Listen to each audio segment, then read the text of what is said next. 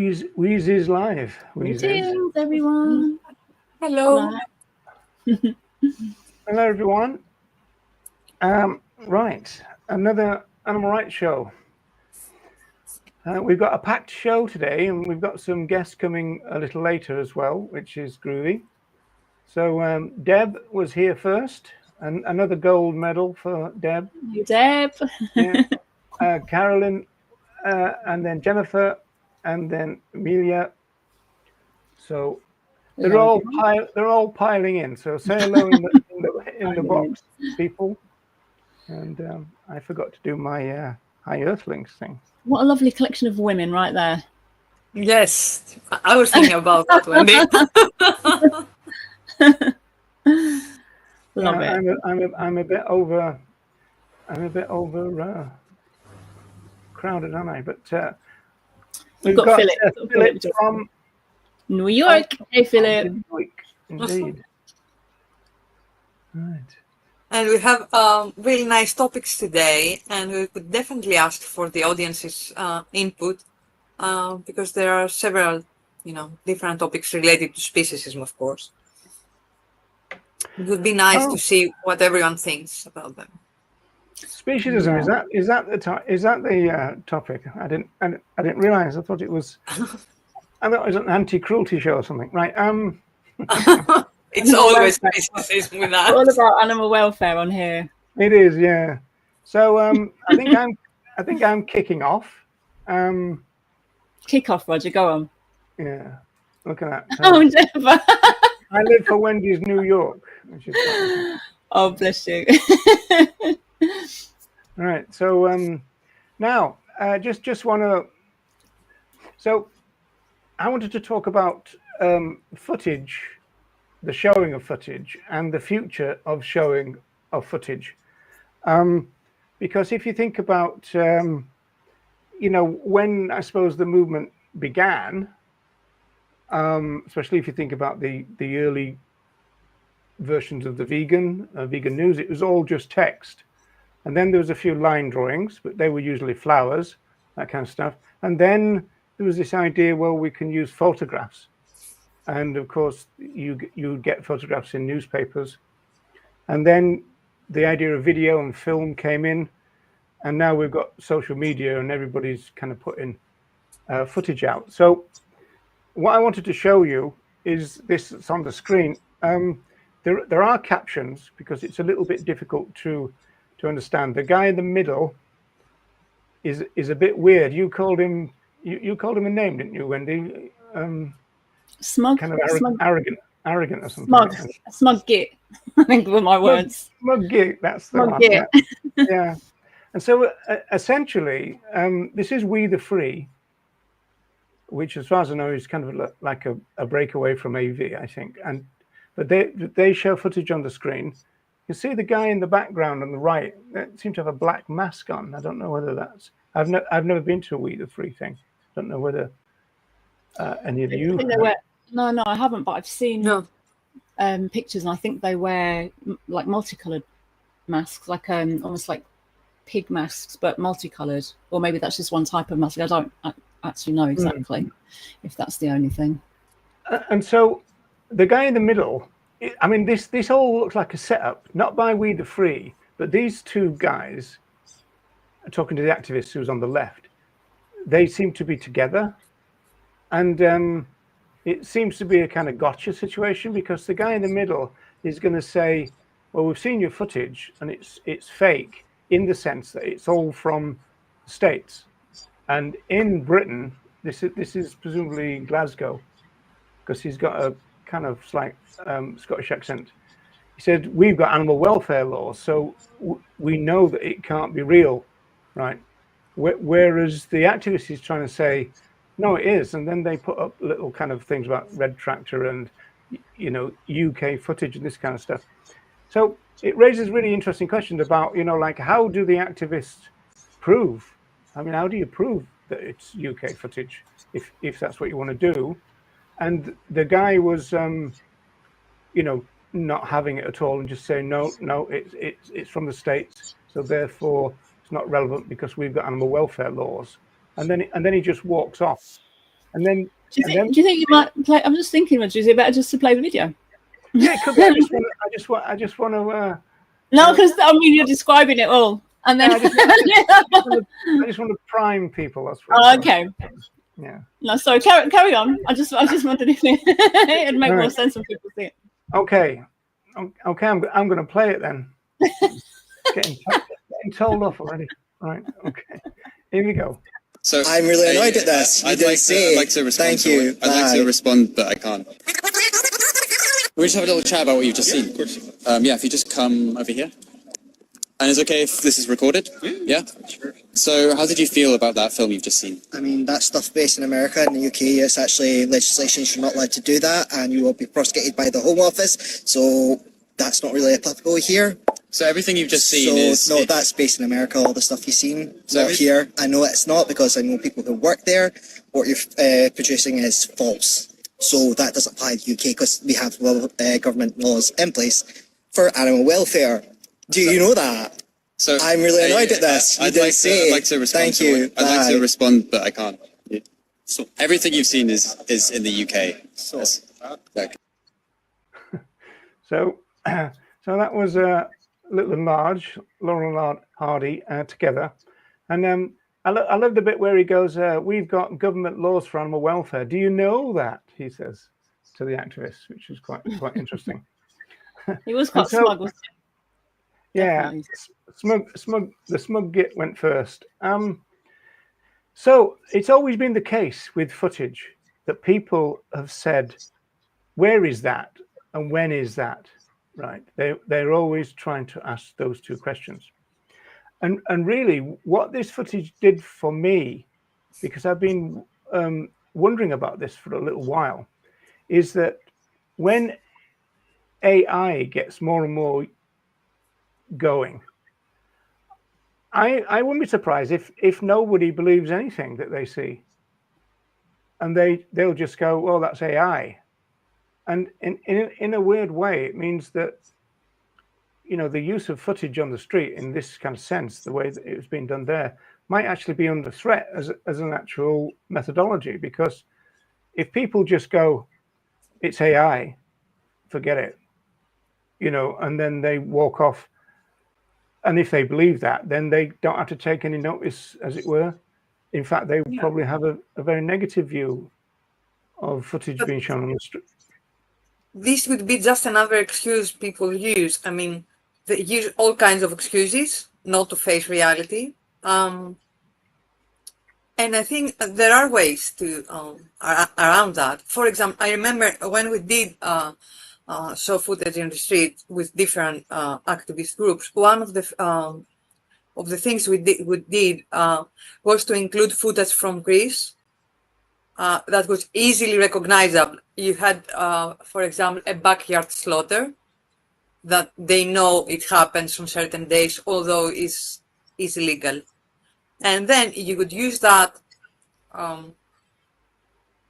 before they start asking, where was this, from what country is this video, or when was recorded, and things like that.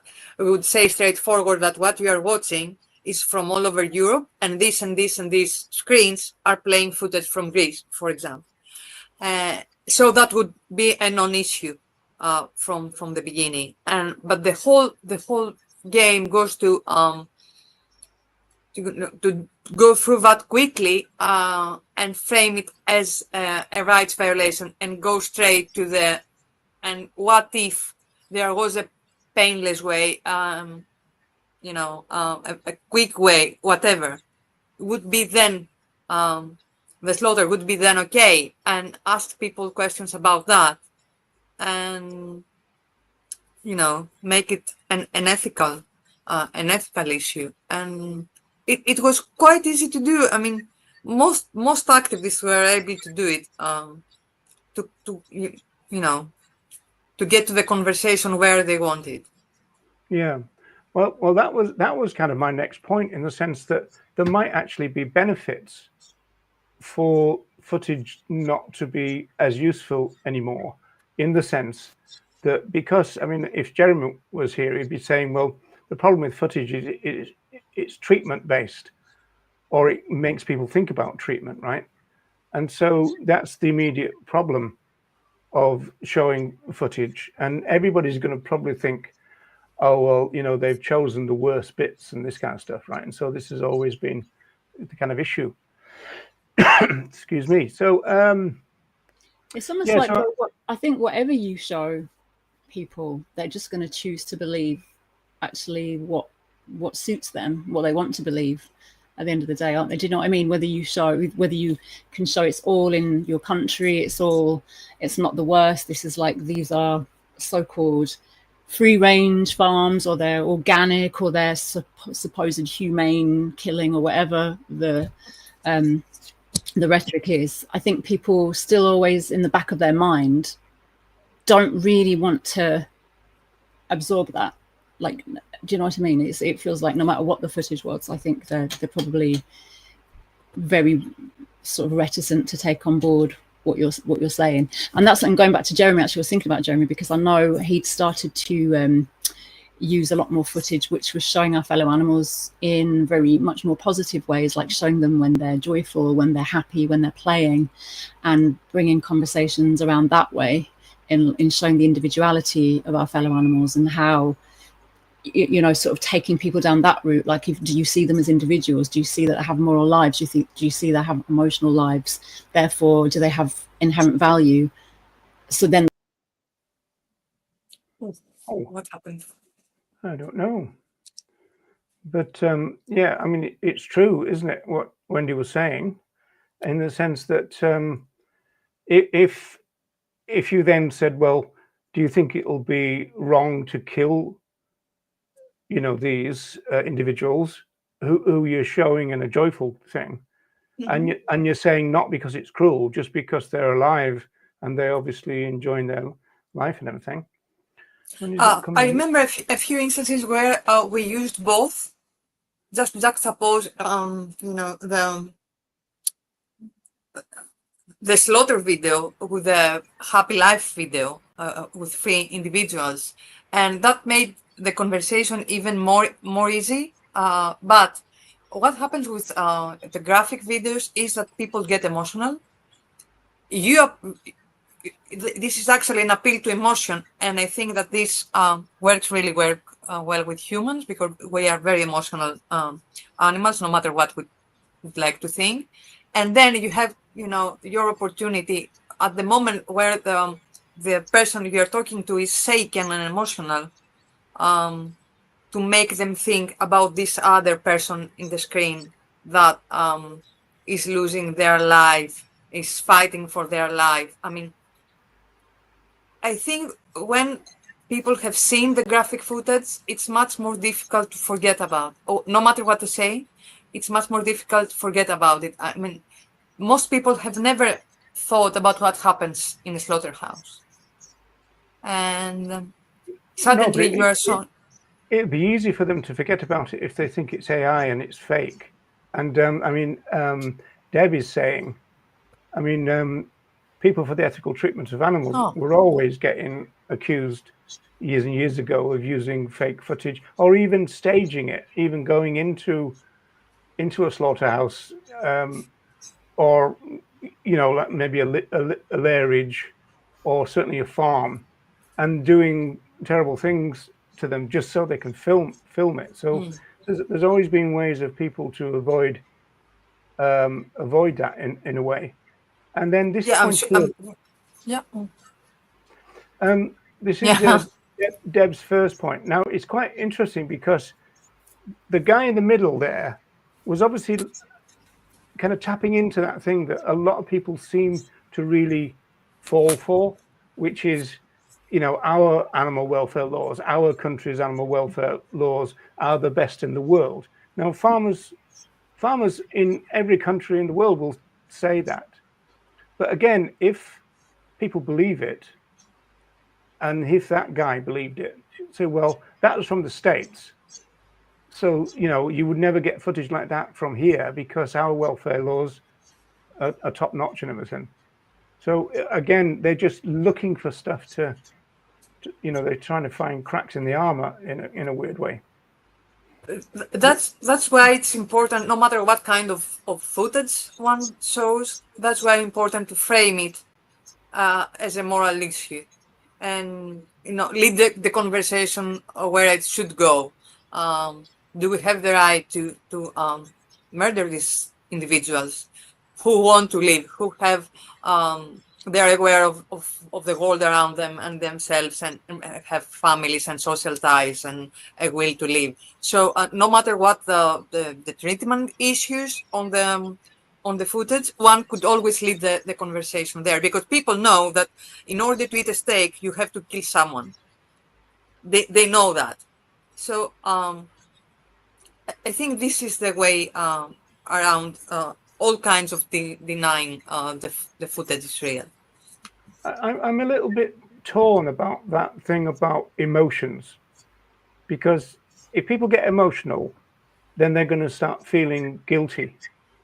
And I'm not quite sure that's the best basis for people to, to kind of make up their mind or be influenced by what they've seen, because of course they're going to walk away from it, and then 2 weeks later it's, they'll have forgotten all about it possibly.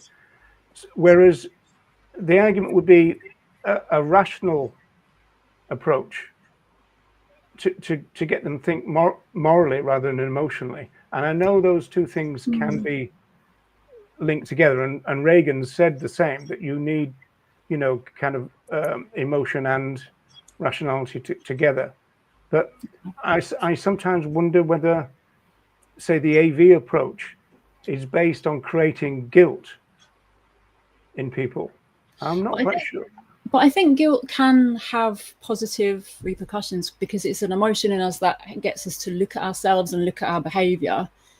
And then if you are feeling guilt, it's, well, why am I feeling guilty? And then you can assess your behavior and maybe make change. I think without any emotional connection, you wouldn't make any change whatsoever. I think there needs to be some emotional response. I think working just from a rational mind, and I think actually Amelia's in the chat, and Amelia was at the FAIR conference and said that Peter Singer, I think his talk was very much based on reason. We need to reason and have this rational argument, and he was challenged on that. And I think again that can go back to a little bit of a patriarchal view as well, like where we have reason and we value reason and the rational mind over emotion.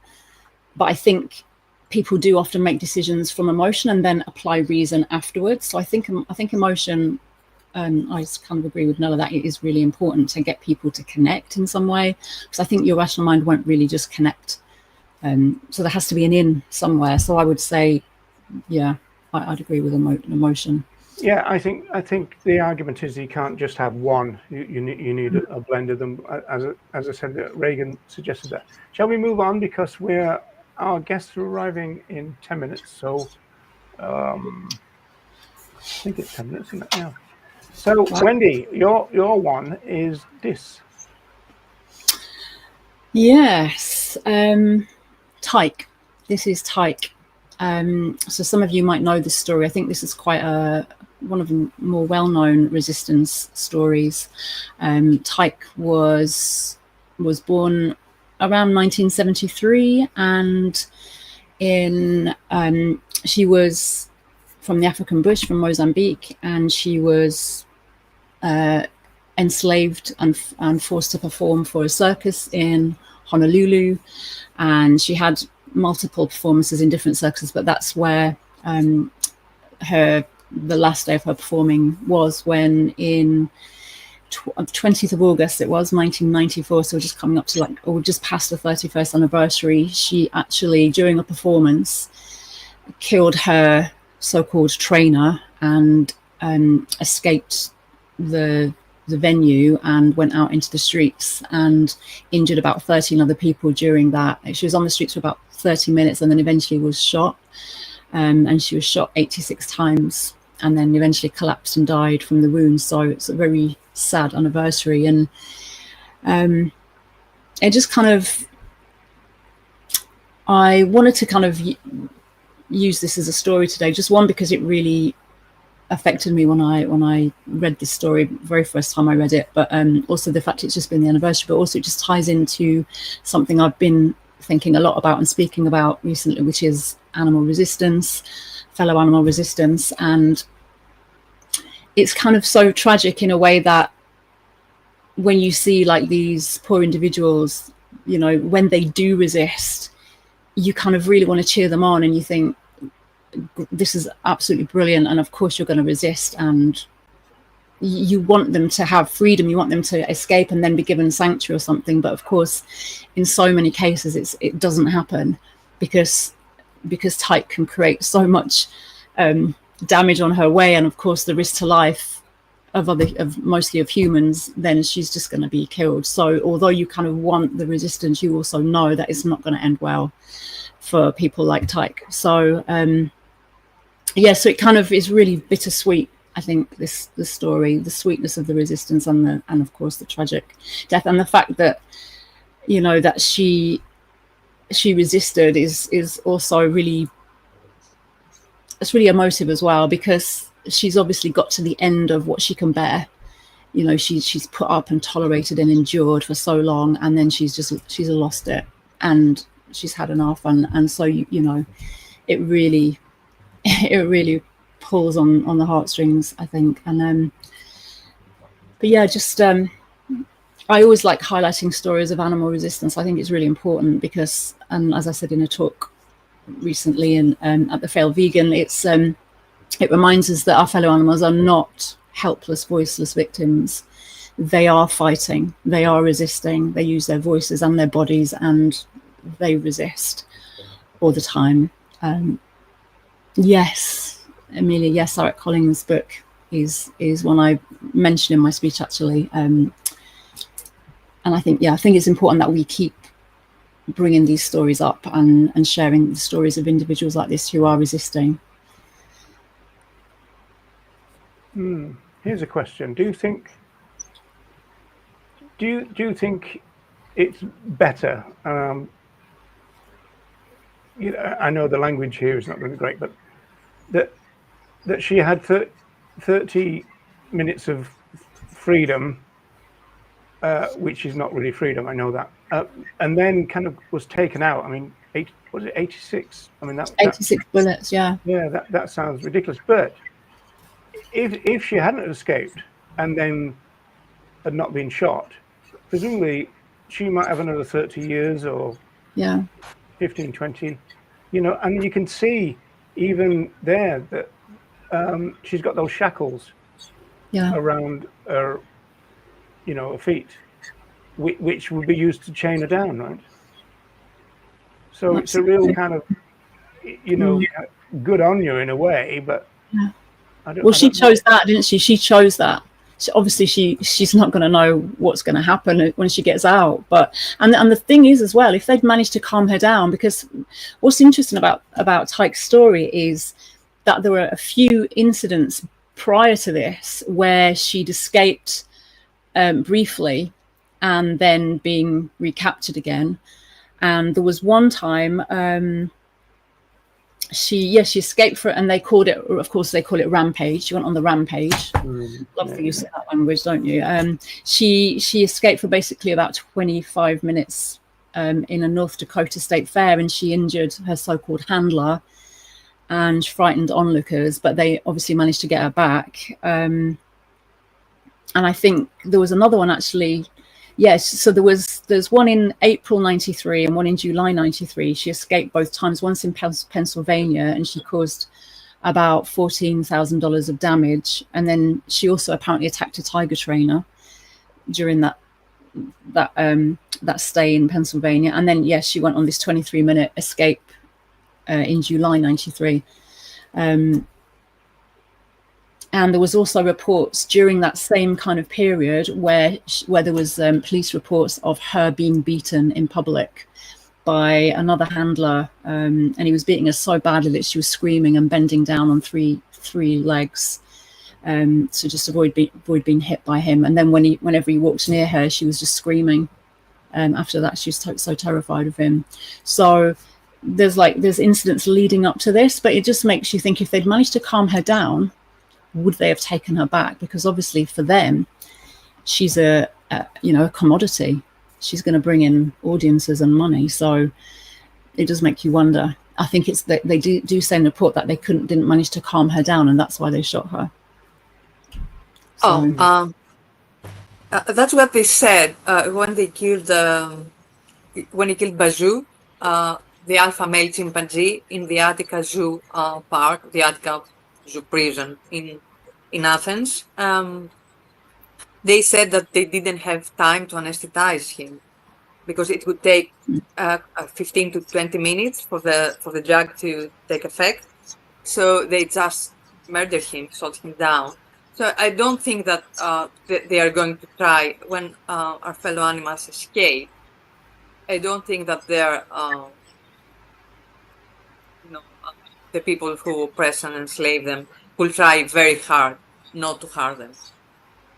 I mean, for them, they are more of a nuisance when they liberate themselves, and it's easier to just murder them. Well, they're a problem case, aren't they? It's like the animals for slaughter who don't go quietly. They're just kind of troublemakers. Do you want me to bring that story up for you, Noah?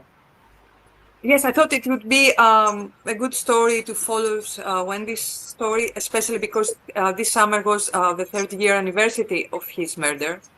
Bazou was a 27-year-old chimpanzee, the alpha male of the group of chimpanzees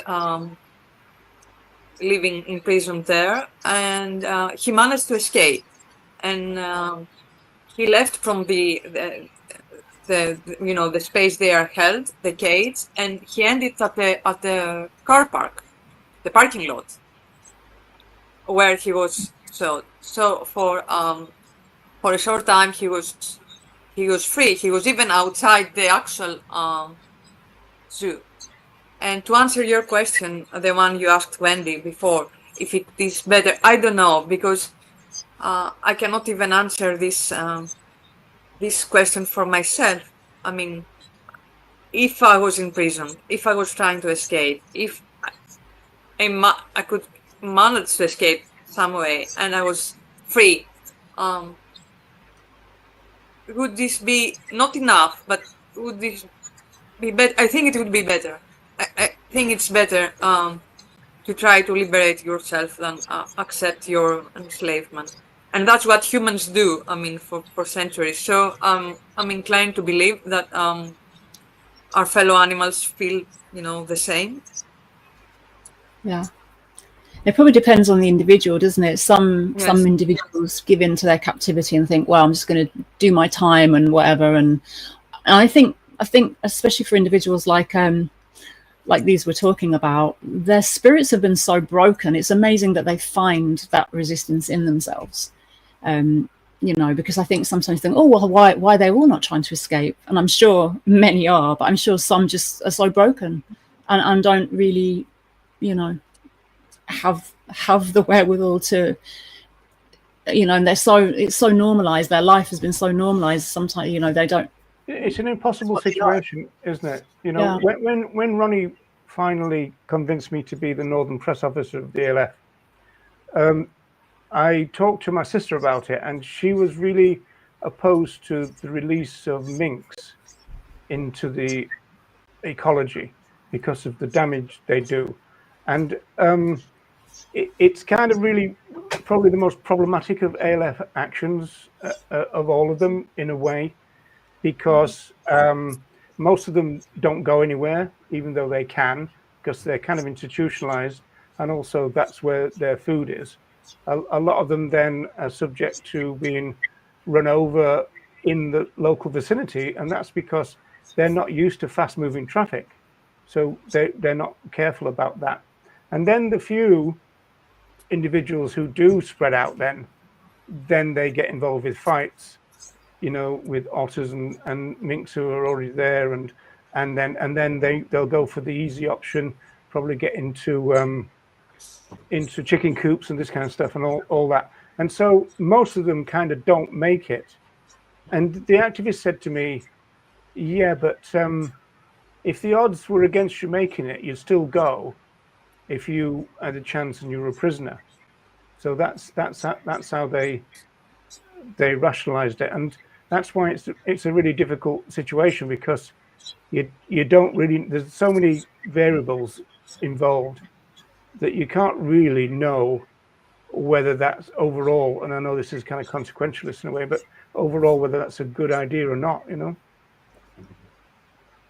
Yeah. I mean, going back to there's not even a human given name for this chimpanzee, I don't think, in this story, but this chimp who got shot 3 years ago, they did say at the time that there was a big pushback into what from the public and from, you know, other officials maybe saying, why didn't you just sedate him? Why didn't you just like shoot a sedation dart and sedate him and bring him back?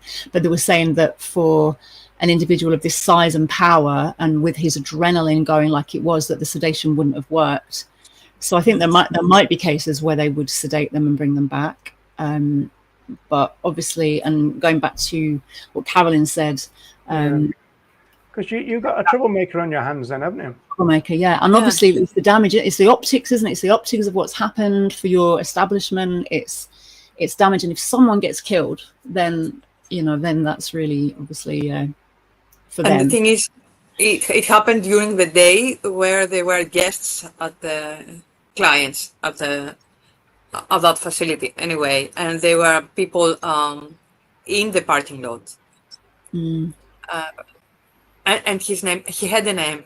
He was called Bazoo. Bazoo. Ah, okay. Bazoo. I didn't. That was his name. Yeah, but he was called Bazoo. And you know, there was a protest this year about that for the 3-year anniversary. So organizations and activists do not forget about it. They keep going every year outside the, you know, the gates of that prison and protest about his death. Yeah. And do you know what? With Tyke as well, there was a couple of things. There was a Christian thrash metal band called Tourniquet, wrote a song, 86 Bullets, that was in their album called Antiseptic Bloodbath in 2012. And then there was also a hard rock band that named themselves 86 Bullets after Tyke was killed, and they have a song about her called Hail of Bullets, and they've got an EP called Elephant in the Room. So there, you know, so the story has really touched people, and I think will be remembered culturally as well. And the first thing that activists would ask is, are they all vegan? You know, because that would take the edge off their, you know, their action, as it were.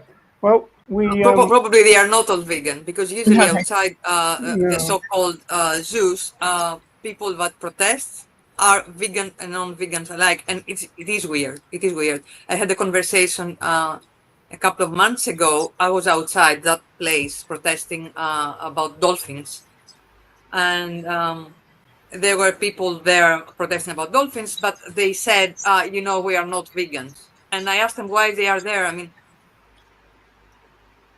why do they waste their Sunday to protest about someone's rights when they torture and eat and kill someone else?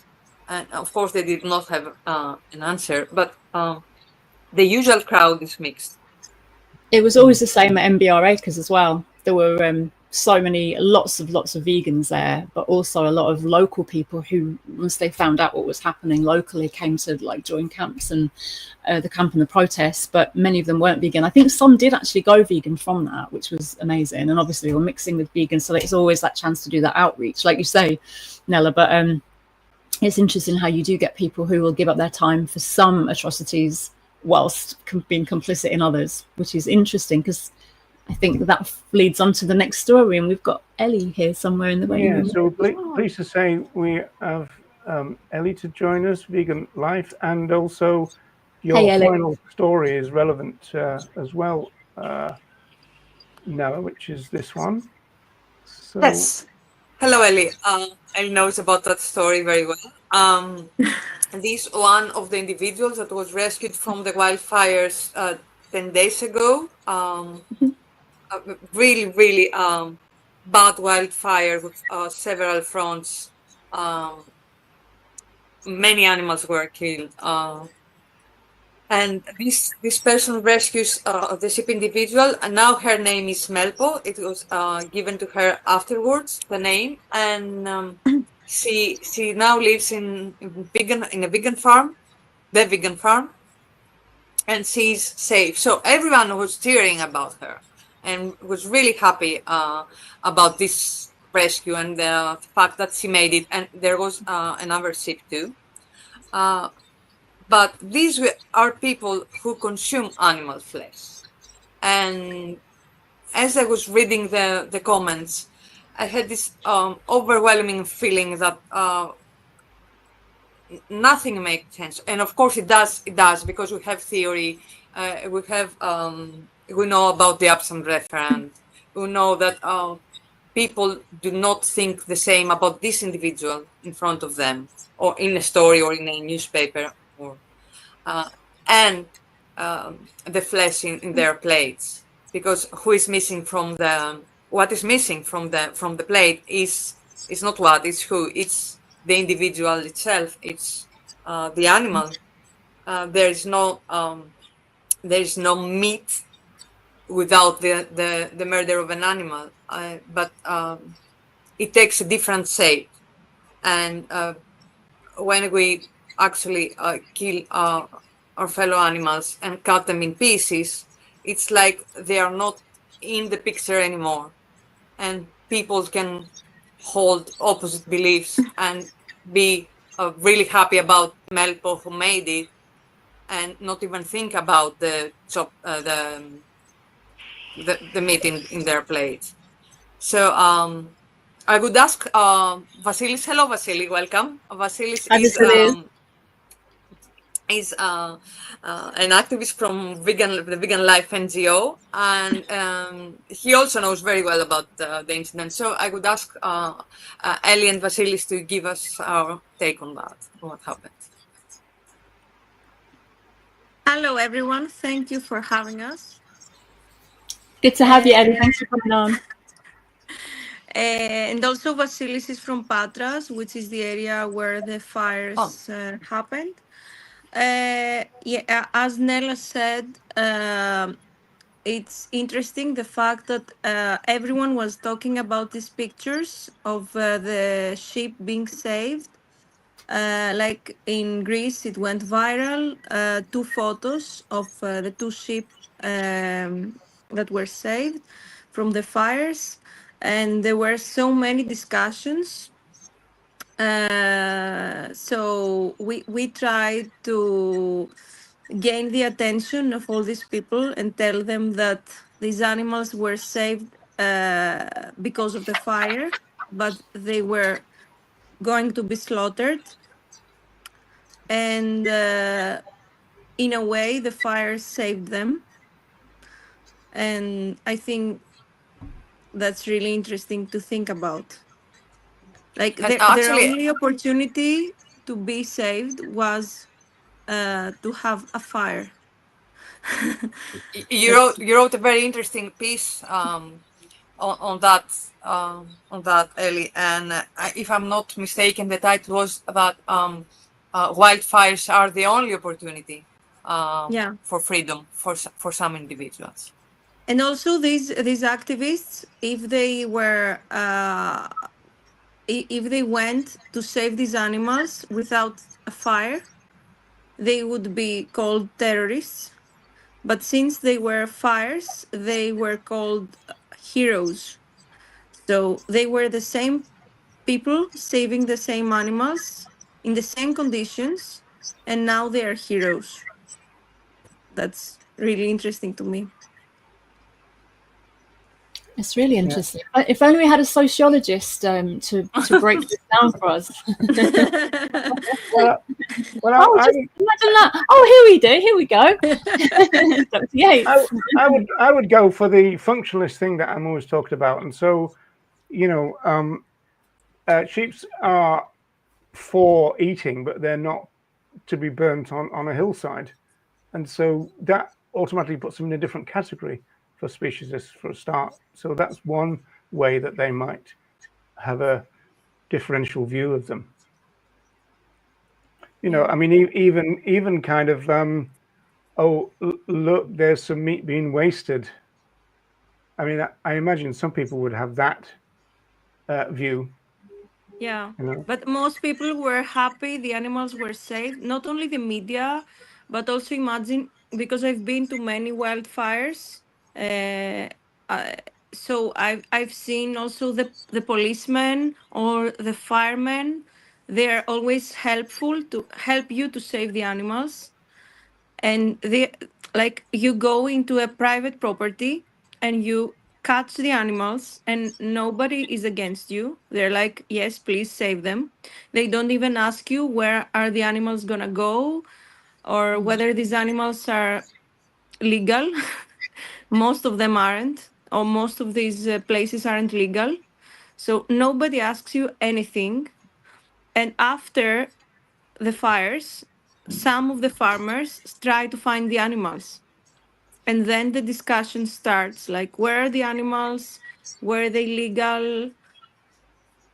And Who took then them? we Yeah. realize that we saved them from the slaughterhouse and not from the fires. I suppose there's another element of, well, like we're going back to what we were talking about earlier, which is emotion. And I suppose seeing someone, even if that someone is someone normally that you would consume, in that moment, they are in a different situation. They're provoking your empathy.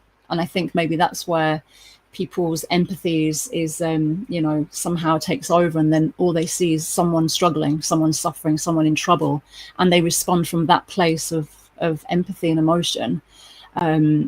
Whereas, like we were saying before, the absent referent, and also people at a distance, I think once you can see an individual in front of you face to face, compared to someone who's hidden behind closed doors or hidden away in a dark shed, or just even hidden away in your mind somewhere, you've put it somewhere else in your mind, that absent referent that Nella was saying from Carol Adams's work is, you know, once you have that something hidden brought in front of you, then you can't deny that anymore. You suddenly see an individual, and it's like when we see, going back to the resistance, when we see individuals resisting, breaking free, escaping, suddenly the public will root for those fellow animals. Oh, send this bull to sanctuary, whereas 10 minutes ago when they were about to be sent to slaughter, they wouldn't have really cared. And it's suddenly, I think, being faced. And I always remember that there's a phrase, there's a saying that someone I used to follow, a coach, said, and she always used to say, she was an empathy researcher actually. She said it's very hard to hate close up, whereas we can hate from a distance more easily. Same as with social media, I guess. We can easily sit behind a keyboard and really slag someone off and be very toxic and get into these arguments. Whereas if we were actually in a room with those people, we probably wouldn't have those same discussions and be so nasty in our communication. And I think it's that same kind of thing at play here, isn't it? Seeing that individual in front of you and the empathy of it. So we should move on, really. Yes, indeed. Because we have an event and we're really happy about it. So who would like to talk about the event?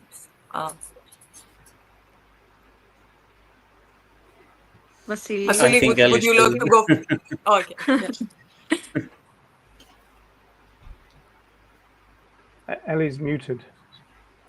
Sorry. So we've organized the World Day for the End of Fishing and Fish Farming in Athens for the first time. And the organizers of this campaign are also doing the World Day for the End of Speciesism. So they contacted us and asked whether we would like to do something.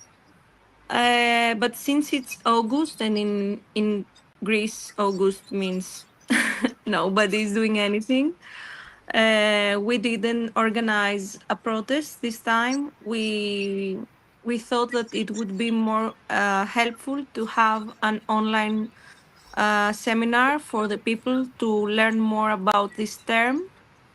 So we would have you as well in this seminar.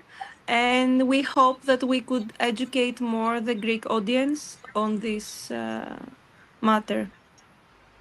Who is the targeted audience? Are people who are already vegan, people who are thinking to go vegan, and they are just curious? Do you hope that, because Vegan Life NGO has a YouTube channel, so everything goes to that channel, do you hope that people will use it for future reference? It would always be there if someone needs to, to see what anti-speciesism is. Who do you think will watch the broadcast? We hope to have people from all kind of backgrounds. That's why we always try to attract different audiences. We know that this term might be unclear to many people, so we want them to understand the term first of all. We would promote also the event to philosophy students or sociology students, so they might want to learn more about the term. But also the vegans should know the term. So for me, the goal is to attract everyone. Everyone who might be interested in the topic should learn more. I'm going to watch It's it. a useful tool. You're going to Sorry, speak, Roger. not just watch it. So we should say that there are four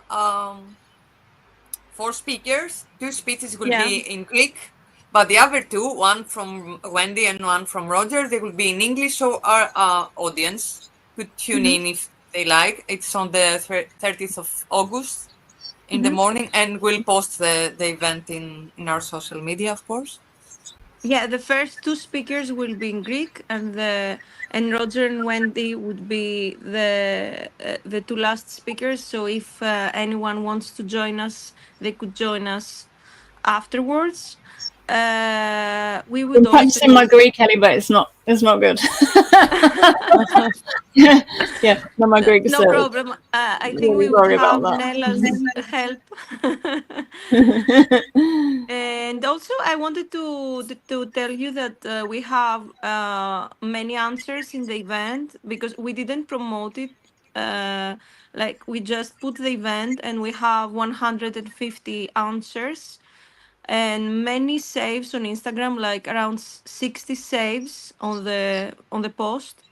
So many people were interested. I just didn't believe that a topic like this, and also on August, would be that interesting in so many levels. Like we have many answers and many people expecting this event. So I'm really glad.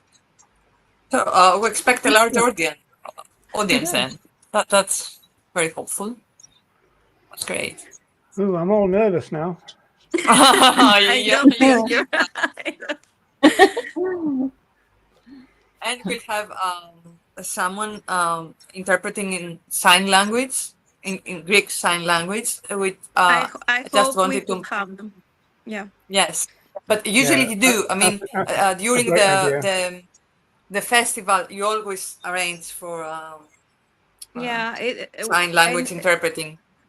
Yeah, it's we have a problem because it's a really expensive thing to do, really expensive, thousands of euros, the interpretation in the festival. But we have a growing number of people with hearing impairments, and they are really interested in veganism and animal rights issues. So we always try to accommodate them. This time we didn't have the budget for the interpretation, but a deaf friend of ours contacted us and told us that she would arrange the interpretation. So we're so happy we would have this as well. Yeah, that's brilliant. So we've got a couple of requests. One is for the event link, and Yeah. we had a request about Elli's piece as well, whether we can post that. I mean, we could post it in in the comments, or we can just sort that out later after the show and send it possibly. What do you think? Yes, that was The event is on Facebook. Vegan Life NGO is our Facebook page, and it's in collaboration with the Animal Rights Show. So they would find the event on Facebook. And about my post, you can find it in English on LinkedIn, my LinkedIn. My name is Elli Stourna, so you can find me there, and we could also chat if anyone is interested in this topic.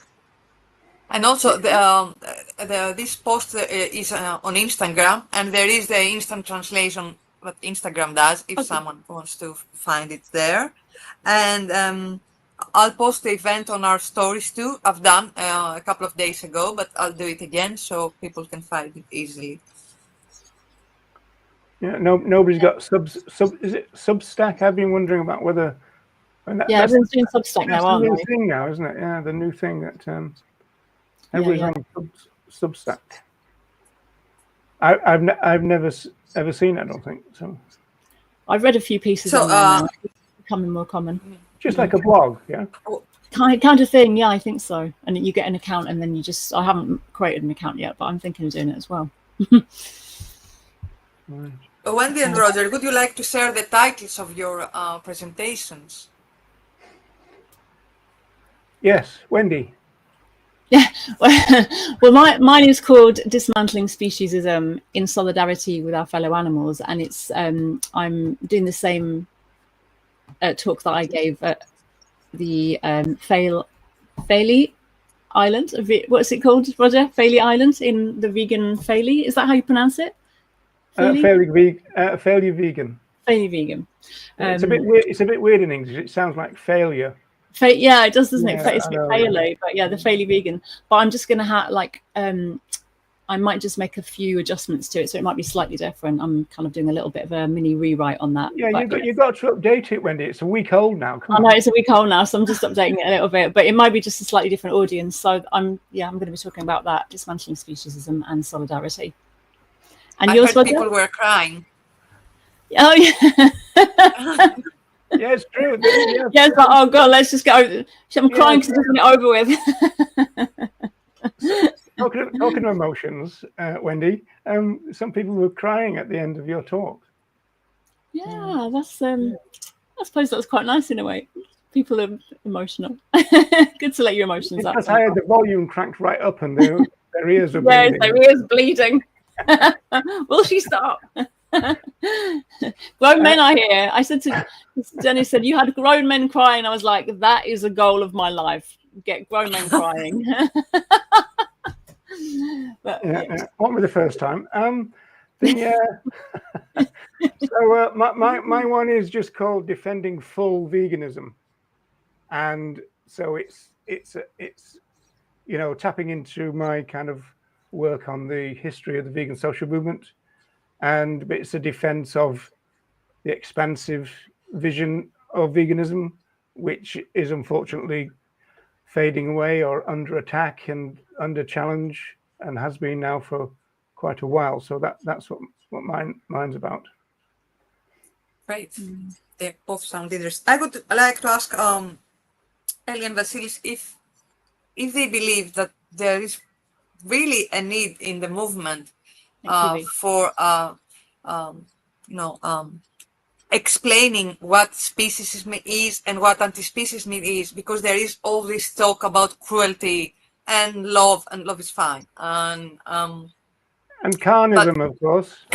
Yes, and kindness, but it's not seen, and speciesism is not seen as an oppressive ideology, and anti-speciesism is not seen as a resistance to that.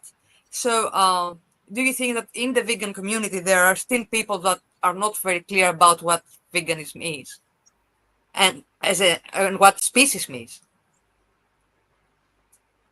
Vasily, do you have any, Yep. any thoughts on this? Yeah, so I think it's really helpful to have events like that, because vegans do know a lot of stuff, but we need to have in mind that being a vegan doesn't mean that you are also an activist. And I think that the term speciesism or carnism and all those terms are the activist community knows them, but vegans don't necessarily do. So that's why I think it's a very important event. And also, for people, like Elli said, for philosophy students, it's really important to know these terms. For example, last year we were at the anti-racist festival, and people didn't knew what speciesism meant, even though it was an event to, they were speaking about how bad racism is, but they didn't knew about all the forms of,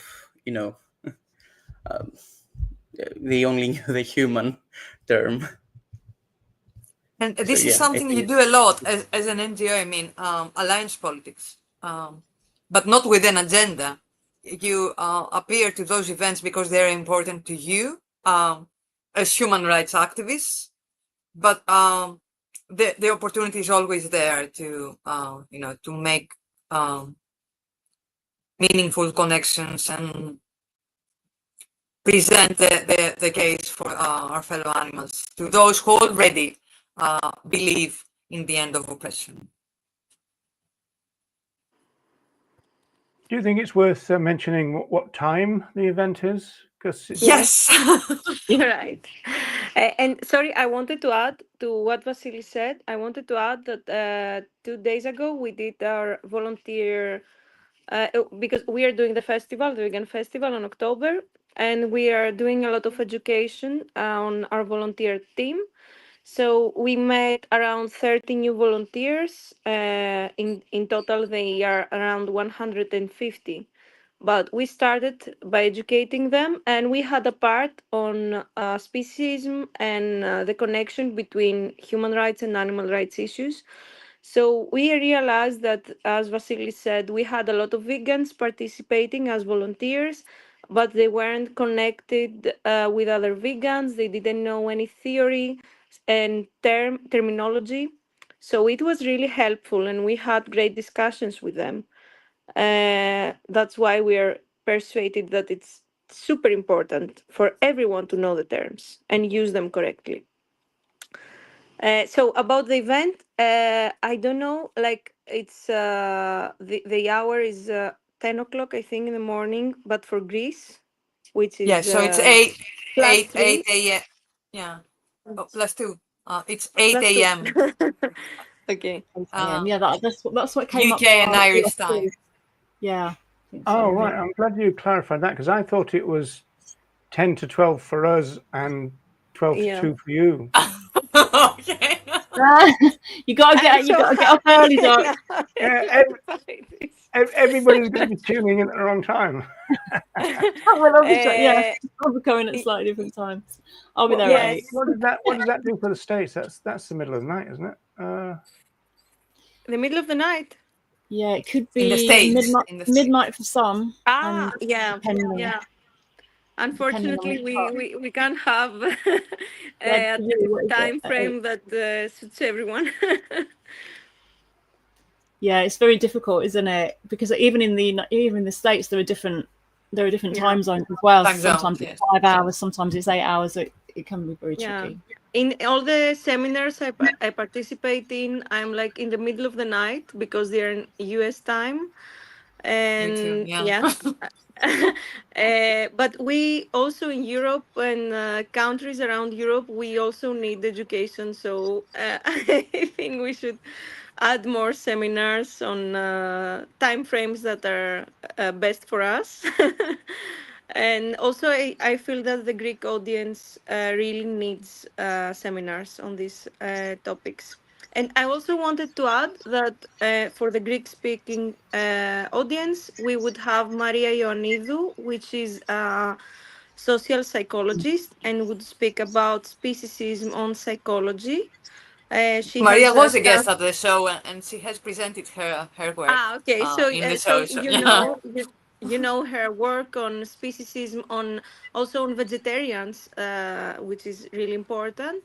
And also we would have Stavros, which is he has a PhD in philosophy, and he translated Peter Singer's Animal Liberation and also his new book Animal Liberation Now. So he's the translator of speciesism in Greek, and also a writer, and he teaches philosophy. So we would have all we would have sociology, philosophy, and psychology. I think that all the participants will understand the term speciesism in any way.